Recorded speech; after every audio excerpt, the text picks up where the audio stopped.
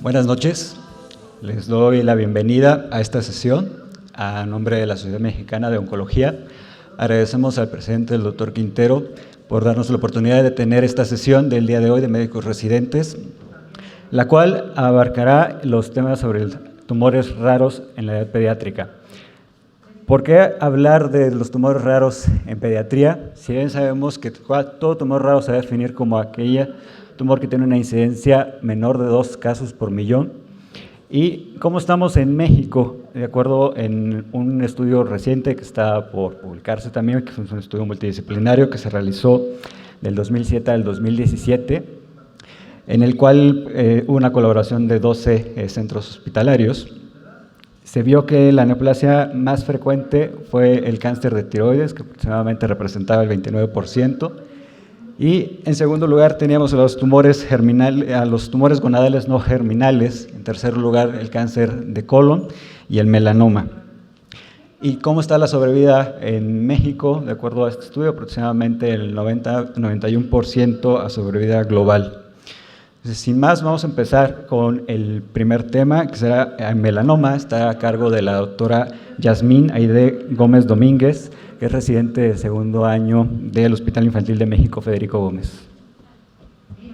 Bueno, pues gracias por la invitación. Para mí es un placer estar aquí con ustedes el día de hoy. Mi tema me toca abordar sobre melanoma cutáneo. El melanoma cutáneo, el diagnóstico clínico ha sido un desafío en pediatría debido a que es una entidad rara.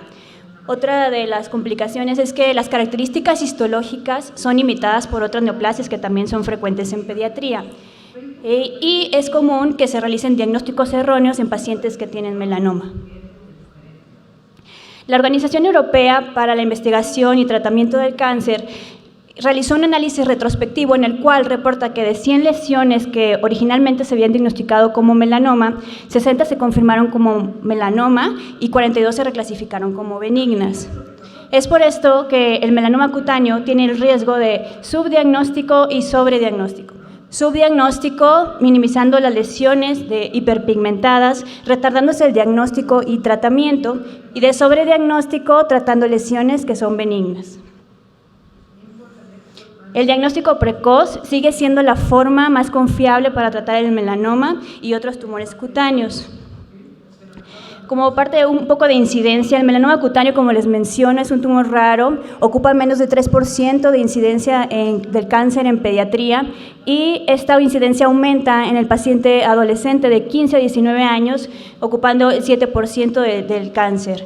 Tiene una tasa de incidencia específica de 5.8 por millón y vemos que esta tasa es diferente por edades. Si hablamos de una edad de 1 a 4 años, se reporta una incidencia de 1.1 por millón y en edades de 15 a 19 años esta incidencia se incrementa pues notablemente, hasta 10 por millón. Aproximadamente se detectan 400 casos por año reportados en Estados Unidos. Es ligeramente más común en pacientes jóvenes y mujeres y más del 90%, como les mencioné anteriormente, pues va a ser encontrado en mayores de 10 años y un 70% se va a ver en pacientes en edades entre 15 y 19 años. Un poco en cuanto a la localización, en pacientes mujeres mayores de 4 años tiene mayor incidencia en parte inferior del cuerpo y en hombres jóvenes mayores de 10 años la localización se encuentra principalmente en cabeza y cuello. En cuanto a factores de riesgo, el melanoma esporádico es el más común y el principal factor de riesgo que encontramos es el factor ambiental, debido a la exposición a la luz ultravioleta y el daño directamente del DNA. 20% se puede atribuir a factores de riesgo que son no modificables, como es la raza blanca, la presencia de melanoma congénito maligno, melanosis neurocutánea, nevos melanocíticos congénitos, algunos síndromes genéticos como el síndrome de Werner, el geroderma pigmentoso y la presencia de inmunosupresión asociada a trasplante o inmunodeficiencia se elevan el riesgo de 3 a 5 veces más. Hablando un poco sobre los factores de riesgo, uno de ellos es el geroderma pigmentoso, el cual es un trastorno autosómico recesivo que es poco frecuente y este se debe a una fotosensibilidad extrema a la radiación ultravioleta, afecta principalmente cabeza y cuello. Otro de los factores de riesgo que tenemos es el síndrome de Werner, el cual también es un trastorno autosómico recesivo y se asocia a características prematuras relacionadas al envejecimiento. El melanoma congénito más frecuente es adquirido por vía transplacentaria. Es por eso que todas las mujeres que se sospeche melanoma es recomendable evaluar todas las placentas, y en el neonato es importante evaluarlo los 24 meses posparto. El melanoma puede surgir de nevos congénitos, ya sea de un tamaño mediano o un tamaño grande.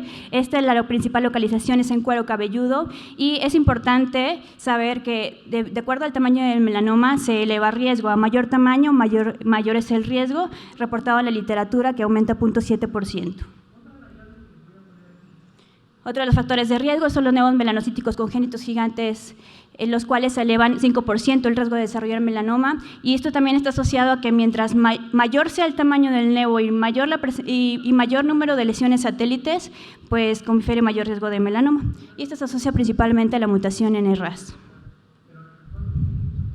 La melanosis neurocutánea es un factor de riesgo, el cual es muy raro. Cuando se presenta, un 60% se asocia a enfermedad en sistema nervioso central, y pues le da un pronóstico muy malo. Aproximadamente el 25% de los pacientes no van a tener enfermedad sintomática en sistema nervioso central, pero por imagen, en resonancia magnética, pues sí se va a observar la presencia de melanoma.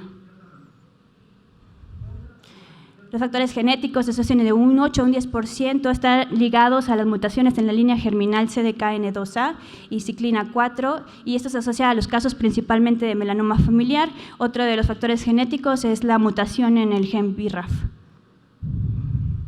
Como les mencioné en un principio, el principal factor de riesgo son los factores ambientales, que es debido a la exposición a la luz ultravioleta, quemaduras solares en la edad temprana, la exposición a camas de bronceado. Todo esto incrementa el riesgo. Hablando un poco sobre las manifestaciones clínicas, como bien hemos conocido el ABCD clásico que siempre vimos y es tratado en el adulto, en el cual habla sobre la simetría, la irregularidad de los bordes, la coloración y el diámetro. En pediatría el diagnóstico es difícil. Pueden detectarse las lesiones con un tamaño muy pequeño, y se proponen características exclusivas para el melanoma, cambiando este ABCD por otras características como es el A de amelanótico, B de sangrado o protuberancia, la uniformidad del color, el diámetro que tiene la lesión y la evolución del lunar. Estas son las principales manifestaciones clínicas, que es el sangrado, ulceración, el aumento del tamaño, prurito y la masa palpable. A menudo el diagnóstico de melanoma es insospechado, y pues esto retrasa el diagnóstico, y en algunas ocasiones pues se hacen diagnósticos erróneos. El diagnóstico histológico también es difícil debido a que es un tumor raro en edad pediátrica y que las características histológicas no siempre están presentes en la edad adulta. Las lesiones esquizoides podemos encontrarlas que son difíciles de diagnosticar debido a que son pues, lesiones benignas que tienen características indeterminadas y que tienden a realizar invasión. Los principales datos de alerta que tenemos que tomar en cuenta es cuando se encuentra un tamaño de un nevo mayor a 7 milímetros, la presencia de asimetría, los bordes mal definidos o la presencia de ulceración. Por patología, pues observamos que aumenta el conteo mitótico, hay un pleomorfismo, pueden encontrarse mitosis atípicas, y otro de los principales alertas es la invasión linfática vascular y la difusión perineural. En cuanto a la estadificación, las pautas de estadificación en el paciente pediátrico no han sido desarrolladas actualmente. Seguimos utilizando el TNM que se utiliza en el paciente adulto, y en el cual evaluamos principalmente el grosor del tumor, la presencia de ulceración o no ulceración, la presencia de mitosis y la invasión a ganglios regionales o metástasis a distancia.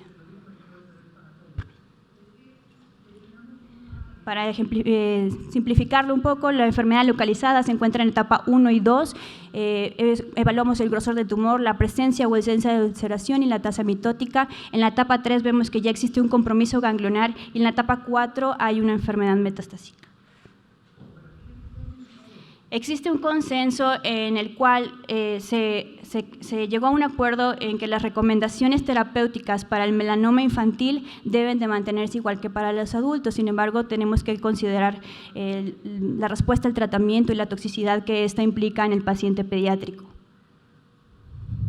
El pilar del tratamiento del melanoma es la resección quirúrgica. Se recomienda que las lesiones menor a 1 milímetro se mantenga un margen y se realiza una incisión amplia y completa de 1 centímetro. Las lesiones entre 1 y 2 milímetros deben de mantener un margen entre 1 y 2 centímetros y lesiones mayores a 2 milímetros que mantengan un margen de 2 centímetros. Estas son las características adversas, que es el grosor del tumor, aumento de la tasa mitótica, la presencia de ulceración y la invasión linfovascular. Todo paciente, a pesar del tamaño del tumor que presenta estas características adversas, es importante tomar biopsia del ganglio centinela y en el caso de encontrarse positivo se recomienda en pediatría realizar la linfadenectomía completa. Cabe recalcar que solo el 15 a 20% de los pacientes va a tener ganglios positivos y este procedimiento puede no afectar la supervivencia, pero el tenerlo positivo es un indicador de un mal pronóstico. Estos son algunos de los tratamientos aprobados por la FDA. Se aprobaron principalmente en el adulto. El primero en utilizarse fue la dacarbazina en 1975 en pacientes con melanoma de alto riesgo. Posteriormente se agregó el interferón y la interleucina 2 y actualmente las últimas terapias que se encuentran es inhibidores de BRAF o ipilimumab. Algunos de los agentes activos que se han utilizado a lo largo del tiempo para melanoma avanzado y pues el que se utiliza en la actualidad es la dacarbazina actualmente.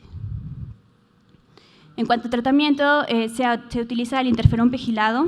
Este ha demostrado mejorar la supervivencia libre de recaída en pacientes con melanoma de alto riesgo y se ha demostrado que es seguro y factible en niños. La dacarbazina, como les mencioné, se sigue utilizando, sin embargo, tiene una eficacia limitada y la interleucina 2 induce una respuesta antitumoral. En pacientes adultos se ha demostrado tasas de respuesta que van de un 15 a un 20% y su eficacia en pacientes pediátricos no se ha evaluado del todo. Este es un estudio reportado en el 2016 en el cual se evalúa la factibilidad del interferón pegilado en adolescentes y niños con melanoma de alto riesgo. Recordando, el interferón pegilado es una citosina recombinante que actúa como inmunomodulador y antiproliferativo. Este estudio se realizó entre 2007 a 2012, se incluyeron 23 pacientes que estaban en etapas avanzadas y se dio una inducción por 4 semanas, posteriormente un mantenimiento hasta 48 semanas y lo que se reporta es que tiene una supervivencia global a 3 años de 95% y una supervivencia libre de evento de 91% y por lo cual es efectivo para el paciente pediátrico y tiene una toxicidad tolerable. Este estudio es un estudio en fase 3 en el cual se evalúa bioquimioterapia utilizando quimioterapia convencional con cisplatino, vinblastina, dacarbazina, agregando bioquimioterapia con interleucina 2 e interferón alfa. En este estudio se incluyeron 395 pacientes, los ciclos se dieron cada 21 días con un máximo de 4 ciclos. Si vemos, las tasas de respuesta con quimioterapia convencional fueron de 13.8 y con la bioquimioterapia fueron de 19.5, sin embargo la supervivencia global fue de 8.7 y 9, por lo cual pues, lo que se concluye en este estudio es que no se observa mejoría en la supervivencia global, pero sí se agregaba mayor toxicidad.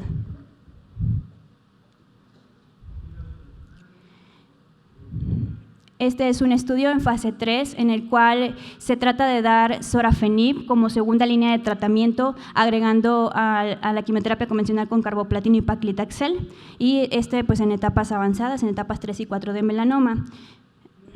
Aquí tenemos tasas de respuesta parcial sin sorafenib, solamente con carboplatino y paclitaxel de 11% y agregando el sorafenib teníamos tasas de respuesta de 12%. Lo que se concluye es que no presenta mejoría en la supervivencia global y que no se recomienda agregar como segunda línea de tratamiento, además que tenía toxicidad hematológica y gastrointestinal grado 3 y 4.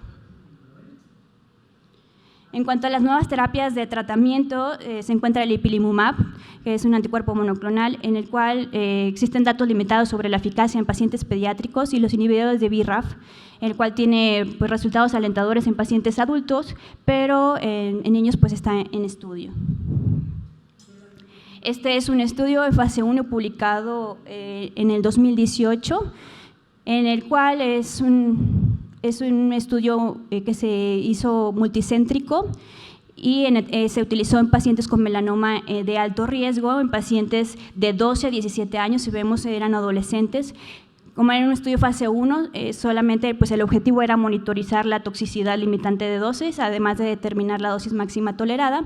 La dosis a las que se empleó fue de 720 miligramos y 960 2 veces al día, como se utiliza en el paciente adulto. Sin embargo, este estudio pues tuvo una baja inscripción. De los pacientes que se habían incluido 6, pues progresaron y pues lo que se reportó fueron supervivencias globales de 4 meses y 8 meses respectivamente.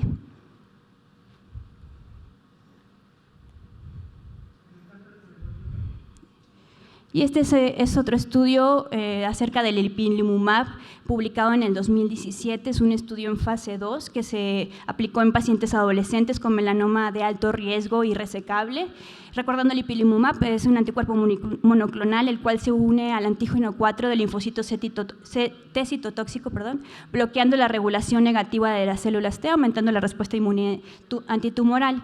Este estudio también fue un estudio multicéntrico en el cual se aplicó en pacientes en etapa 3 y 4 y pues la edad de los pacientes fueron de 12 a 18 años, también adolescentes. La N de este estudio fue de 12 pacientes. En esto se intentó valorar las dosis en las cuales se podría tener mejor respuesta.